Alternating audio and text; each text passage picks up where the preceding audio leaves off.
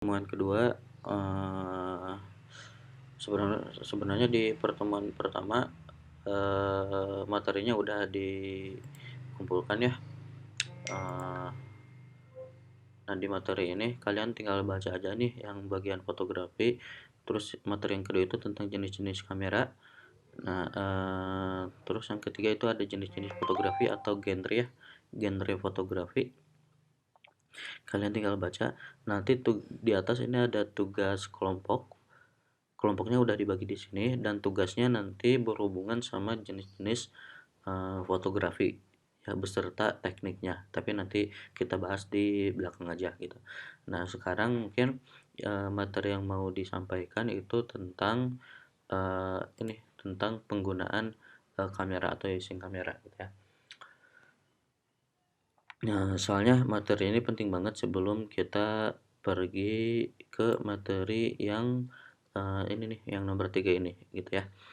Nah, di penggunaan kamera, pasti kalian udah pada bisa lah ya penggunaan kamera, kayak penggunaan shutternya, penggunaan ISO, penggunaan diafragma gitu ya, dan penggunaan si DSLR-nya sendiri gitu. Di bagian-bagian kameranya mungkin udah tahu fungsi-fungsinya untuk apa gitu ya. Nah, mungkin di sini untuk lebih menjelaskan lagi aja kayak gitu. Nah, materinya ini tentang using kamera. Yang pertama, mungkin eh, di dunia fotografi itu kamera DSLR untuk zaman sekarang dipakainya untuk apa aja. Sebenarnya banyak ya kegunaannya, cuman yang paling sering dipakai di dunia kerja itu ada 4. Biasanya kamera itu kalau kita punya kamera biasanya dipakai untuk hobi gitu ya, untuk hobi motret-motret. Tapi ada yang menghasilkan uang, ada yang tidak menghasilkan uang. Nah, enaknya itu sebenarnya kalau misalkan kita punya kamera yang bagus dan kita hobi di fotografi, kita seharusnya bisa menghasilkan finansial ya seharusnya. Nah, kegunaan kamera juga sebagai alat kerja ya, biasanya kalau di perusahaan-perusahaan, kalau lagi ada dokumentasi atau misalkan ada suatu acara, nah kamera ini biasanya dipakai untuk dokumentasi kegiatan tersebut, gitu. Nah, yang ketiga sama yang keempat, biasanya kamera DSLR itu dipakai untuk fotografi, untuk pekerjaan fotografi dalam bidang apapun, dalam genre apapun gitu ya, dan sebagai alat untuk membuat videografi juga untuk zaman sekarang, gitu. Nah, terus mungkin untuk ngomongin bagian-bagian kamera, kalian juga mungkin udah pada tahu ya, kalau dari tampak depan, ntar, oh ya, ini ada tampak depan ya, ada tampak atas.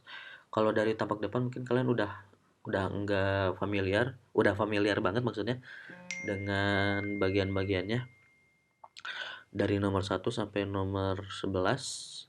Mungkin udah pada tahu ya. Di sini ada yang namanya nomor 1 itu ada yang namanya flash built-in, artinya lampu bawaan dari si kamera.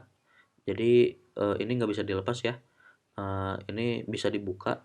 Nah, dibukanya caranya itu pakai tombol nomor 11 ini nih. Biasanya di bagian sebelah kiri depan itu ada tombol kayak listrik. Nah, ini fungsinya untuk membuka flash. Kalau kalian punya kamera, jangan sesekali membuka si flash ini dengan paksa. Pakai kuku misalkan ya dibuka langsung. Itu bisa ngerusak si kameranya. Pernah ya dulu ada temen yang belum paham banget sama kamera, dia ngebuka flashnya langsung gitu pakai tangannya, dijepret itu langsung. Itu perbuatan yang salah karena bisa merusak si kameranya ya, bisa merusak si flashnya. Nah, terus di bagian 2, nah di sini ada semacam sensor namanya red eye reduction. Ini fungsinya untuk merubah mata yang biasanya kalau dipotret di gelap kan harus pakai lampu. Nah, biasanya mata kita itu kalau kena sinar matahari bakal menjadi merah. Nah, di DSLR ini ada sensornya supaya kalau misalkan kita motret di tempat yang gelap, terus kita pakai flash, mata dari objek yang kita potret itu nggak jadi merah. Nah, cuman ini ada pengaturannya di dalam gimana caranya supaya aktif gitu. Yang ketiga di sini ada control mode atau mode dial ya namanya, yang biasanya kita putar-putar. Nah, di dalamnya ini banyak banget, ada beberapa opsi ya, ada landscape, portrait, ada beautiful dan lain sebagainya. gitu. Mungkin nanti ada di slide berikutnya. Nah, nomor 4 ada display button. Display button ini ya, display button biasanya untuk ngerubah mode viewfinder jadi mode LCD. Jadi kalau kita mau lihat objeknya di layar LCD atau menonaktifkannya, kita mau fokus ke viewfinder, kita bisa pakai display button gitu. Nah, nomor 5 yang ini ya, ini shutter button. Bukan. Main dial atau shutter control ya. Shutter control artinya untuk mengontrol nilai dari shutter speed sama nilai dari biasanya kalau dari Canon itu atau beberapa kamera dipakai untuk ngerubah apa ya, diafragma, nilai diafragmanya tuh. Atau bahkan kalau sekarang bisa merubah nilai ISO ya. ISO, shutter speed sama diafragma bisa diatur sama nomor 5 ini nih. Yang bergerigi ya, bisa kita putar-putar. Tuh. Nomor 6 itu ada shutter button. Nah, ini ya.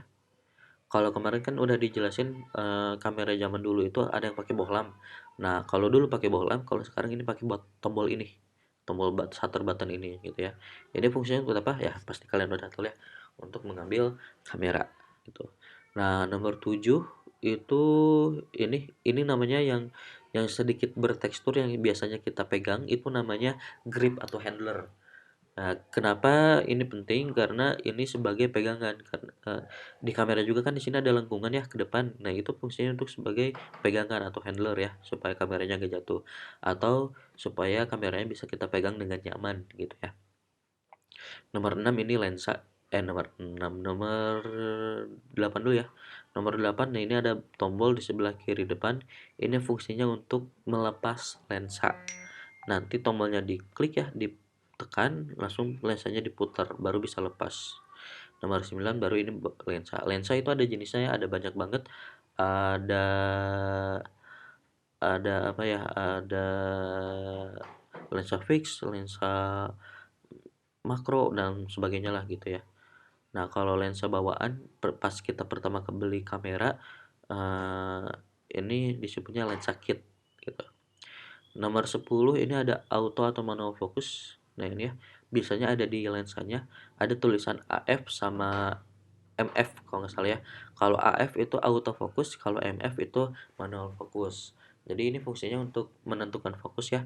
Biasanya kalau manual kameranya lensanya itu kita putar-putar supaya kita bisa fokus. Nah, kalau yang auto itu sama si kameranya secara otomatis dibuat atau dicari ya fokusnya. Terus ada nomor 11 ini flash button, ini fungsinya untuk ngebuka si flash built-in ya gitu. Nah, ingat ya kalau flash yang bawaan dari kamera itu disebutnya flash built-in karena tertempel, tertanam di kameranya. Kalau flash eksternal yang dari luar biasanya dipasang di atas ini nih. Ini ada footnya gitu. Nah, itu disebutnya flash eksternal. Nah, dari atas nih. Di atas ini ada auto atau manual fokusnya yang ini, yang tadi. Terus ada flash built-in yang ini, nomor 2. Terus ada plug plug button, eh, ada untuk slot to sound, USB, strap mount dan lain-lain. Ini nomor 3 biasanya di sebelah kanan ada untuk USB-nya dan lain sebagainya dan untuk sound gitu ya. Untuk sound juga banyak ada di sini ya. Terus ada nomor 4 hot shoe. Nah, ini namanya hot shoe atau foot ya. Ini dudukan, bahasa kitanya dudukan tempat menyimpan flash eksternal. Nah, di sini ada dial mode. Nah, yang ini yang tadi bisa kita putar-putar. Ini modenya banyak. Ada P, ada auto, ada M ya manual, ada sport nih, ada beauty, terus ada lain sebagainya gitu ya. Nanti kita pelajari di di di pertemuan berikutnya lah ya. Terus di sini ada nomor 6 power switch artinya untuk on off-nya, untuk menyalakan atau mematikan kamera.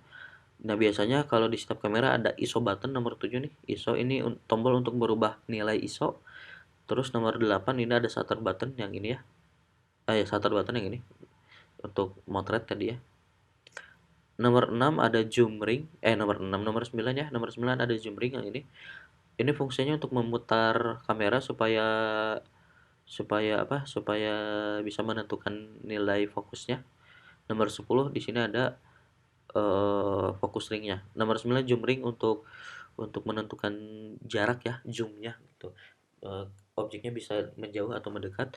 Nah, kalau nomor 10 ini untuk fokusnya. Untuk bagian belakangnya, nah di sini ada yang namanya nomor satu eye cup. Nah, ini yang dari karet. Ini jangan salah ya, walaupun dari karet terus hilang. eh, Kalau mau beli ya, ini lumayan harganya 100 ribuan kurang lebih. Ada yang 90, ada yang 50 juga. Tapi intinya jangan kalau kalian punya kamera jangan sampai hilang karena ini mahal ya. Ini nih yang nomor satu itu yang dari karet. Terus ada viewfinder. Viewfinder ini untuk noong atau untuk mengintip objek. Kalau kita nggak mau dari monitor, kita dari sini nih, dari viewfinder ini namanya. Terus nomor 3 ada menu button. Di sini ada menu. Kalau kita klik nanti di layar LCD muncul beberapa menu opsi yang bisa kita setting. Nomor 4 itu LCD. Nah, ini LCD untuk menampilkan segala hal ya, hasil potret atau settingan semuanya ada di sini. Ada play button nomor 5.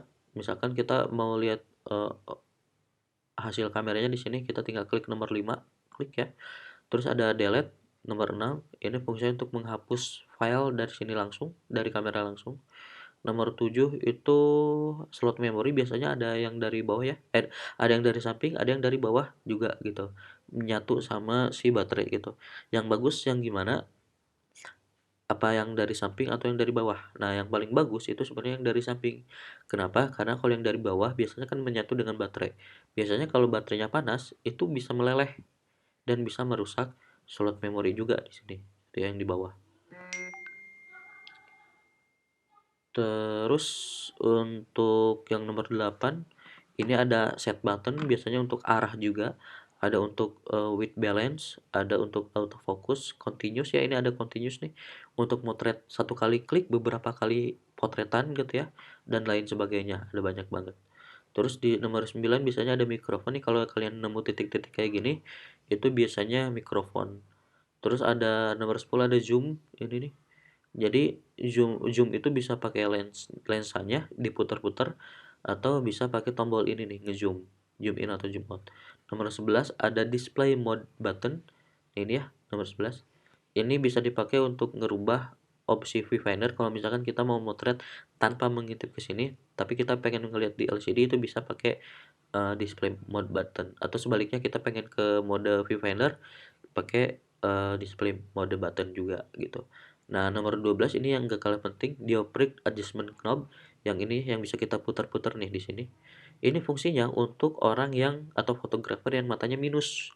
Kalau misalkan nih matanya minus 2, kita tinggal putar ke arah minus ya, ke sini. Putar beberapa kali sampai di viewfinder itu sampai fokus kayak gitu. Nah, ini penting banget nih untuk yang matanya minus. Oke. Berikutnya mungkin, oh ya, ini bagian-bagian kamera di bagian mode dial ya. Ada IDIP, ada M, AV, TV, P, auto, flash off dan lain sebagainya. Nah, yang sering kita pakai mungkin ini nih. Pertama ada M. M ini artinya manual. Jadi segala settingan dari ISO, shutter speed dan lain sebagainya kita atur secara manual di sini.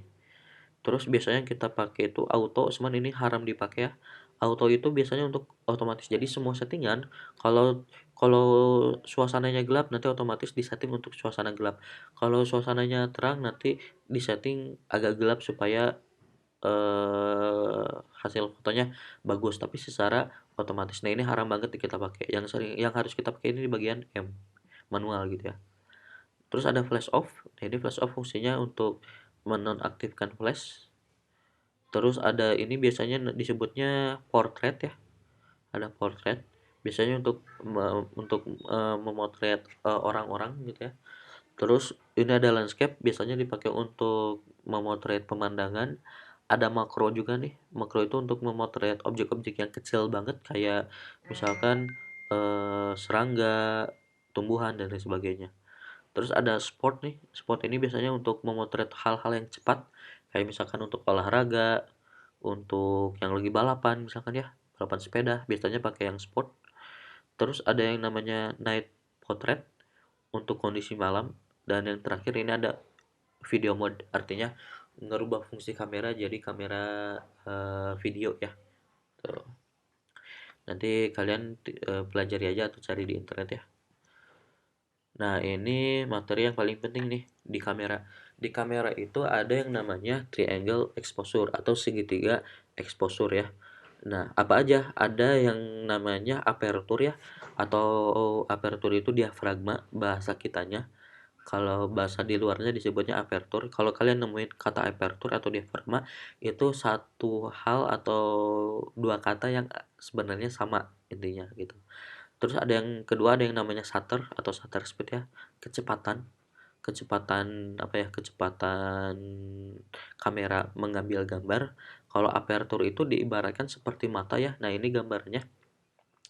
Ini paling gede, bukan paling gede, ini bukan paling kecil.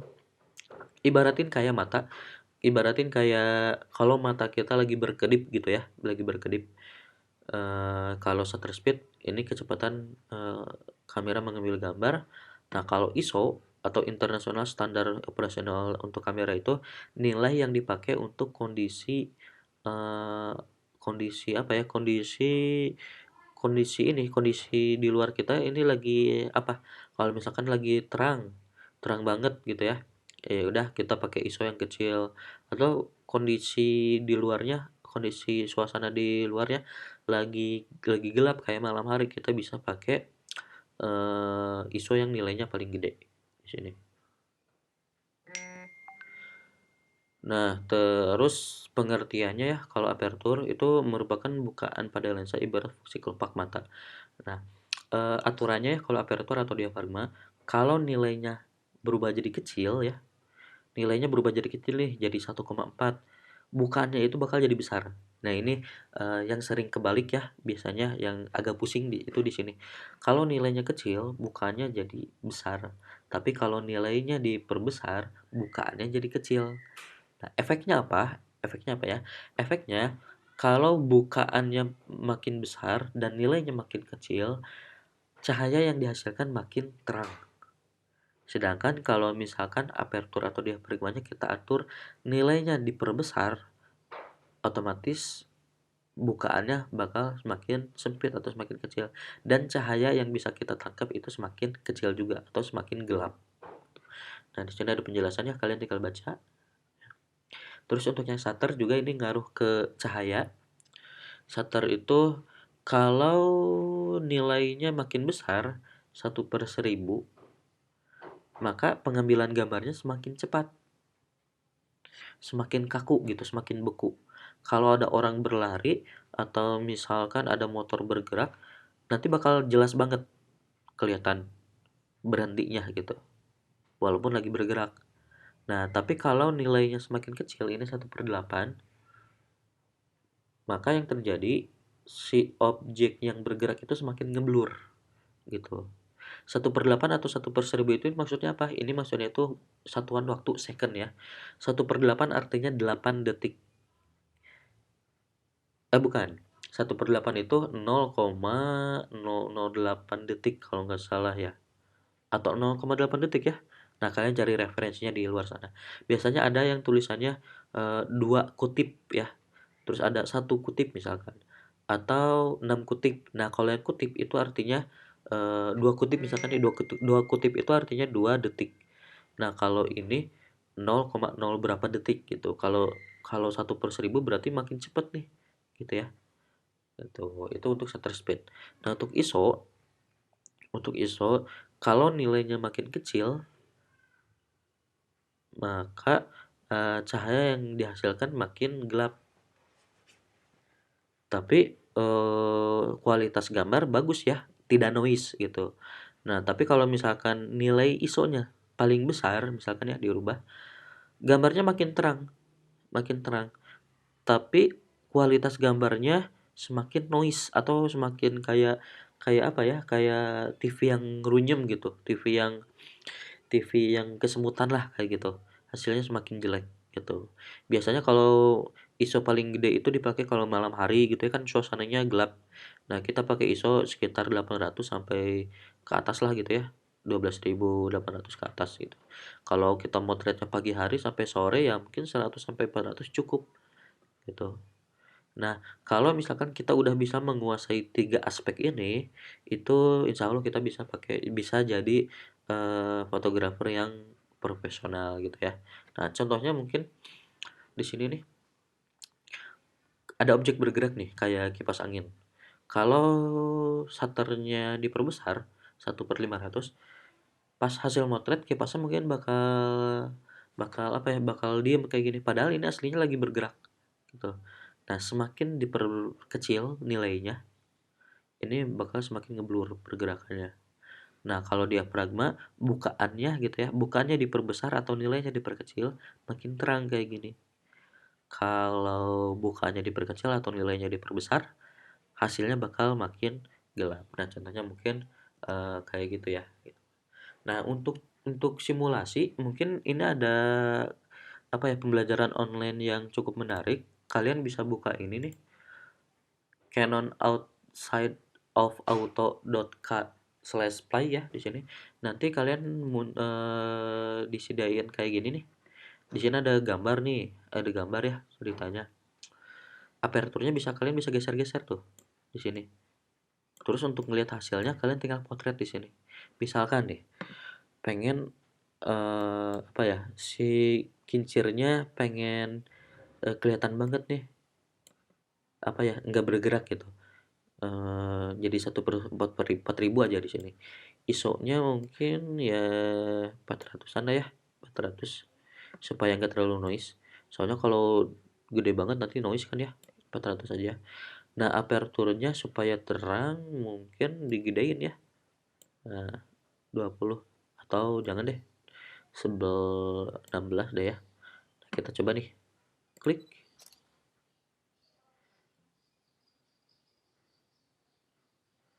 Mana ya? Belum muncul. Aduh, violet. Kayaknya karena jaringan ya. Ya, wayahnya kalau misalkan kalian mau coba eh, kuotanya harus gede, kebenaran ini lagi mau habis. Nanti kalian bisa atur-atur nih di sini. Kalau misalkan hasilnya pengen ngeblur nih gerakan si kincirnya, bisa aja kalian atur ke 1 detik di sini ya. 1 detik. Terus gambarnya, oh nggak bisa dirubah ya di sini. ISO-nya bisa kalian geser-geser langsung klik. Nah, ini hasilnya tuh. Nah, ini ngeblur ya, ngeblur banget. Bahkan kincirnya nggak kelihatan. Tuh. Kenapa? Karena shutternya di dilambatin gitu. Ini hasilnya. Nah, kita coba lagi nih yang paling cepat gitu ya, klik. Nah, ini ada, oh tapi gelap ya, gelap. Kenapa gelap? Karena nilai shutternya gede nih, kita kecilin, kita klik. Nah, mulai kelihatan ya. Nah, kalau kurang terang tapi aperturnya udah mentok nih, berarti ISO-nya kita gedein aja segini, tapi nanti hasilnya mungkin noise ya. Nah, tuh ini nih kincirnya kelihatan ya. Nah, ini kurang terang, berarti ISO-nya gedein lagi aja segini misalkan ya, klik. Tuh, makin jelas ya. Tuh, tapi hasilnya makin noise, makin jelek ya gambarnya. Tuh, nggak apa-apa ya. Nah, kalian bisa ke sini nih. Datang ke sini ya, Canon outside of auto.k/play. Nanti kalian bisa eh, nyobain simulasi kameranya di sini. Kalau kalian nggak punya kamera, atau mungkin kalian bisa memanfaatkan ini nih untuk di HP ya. Kalian bisa download mungkin ini kamera simulator. Ini bagus kayaknya ya. Belum pernah dicoba. Di Android mungkin ada, atau di sini ada Canon Camera Handbook. Kalau kalian pengen tahu nih beberapa jenis kamera dari Canon, terus harganya berapa, terus bagian-bagiannya, kalian bisa belajar di sini. Nah, atau kalian bisa download ini nih, F-Lens Simulator. Kalau di kalau di iPhone sekarang udah berharga ya 150.000. Kalau dulu gratis. Kalau nggak salah di Android itu masih gratis.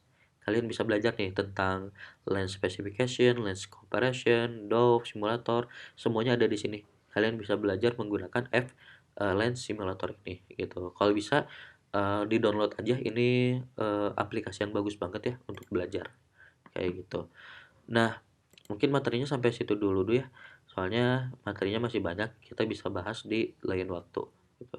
Untuk tugas berikutnya, tugas kelompoknya udah disertakan di Google Classroom. Nanti tugasnya apa? Tugasnya itu eee, berhubungan sama ini nih, jenis-jenis fotografi. Nah, per kelompok nanti kalian tentuin atau nanti sama saya ditentuin, kelompok satu harus mengambil jenis-jenis fotografi apa aja, kelompok 2 harus mengambil jenis-jenis fotografi aja. Nanti kalian harus motret sendiri, hasil potretannya kalian bikin presentasi, terus kalian presentasikan pas nanti masuk sekolah, kayak gitu. Tugasnya mungkin itu aja ya, sederhana, itu tugas kelompok. Oke, sekian mungkin penjelasannya. Makasih untuk waktunya. Assalamualaikum warahmatullahi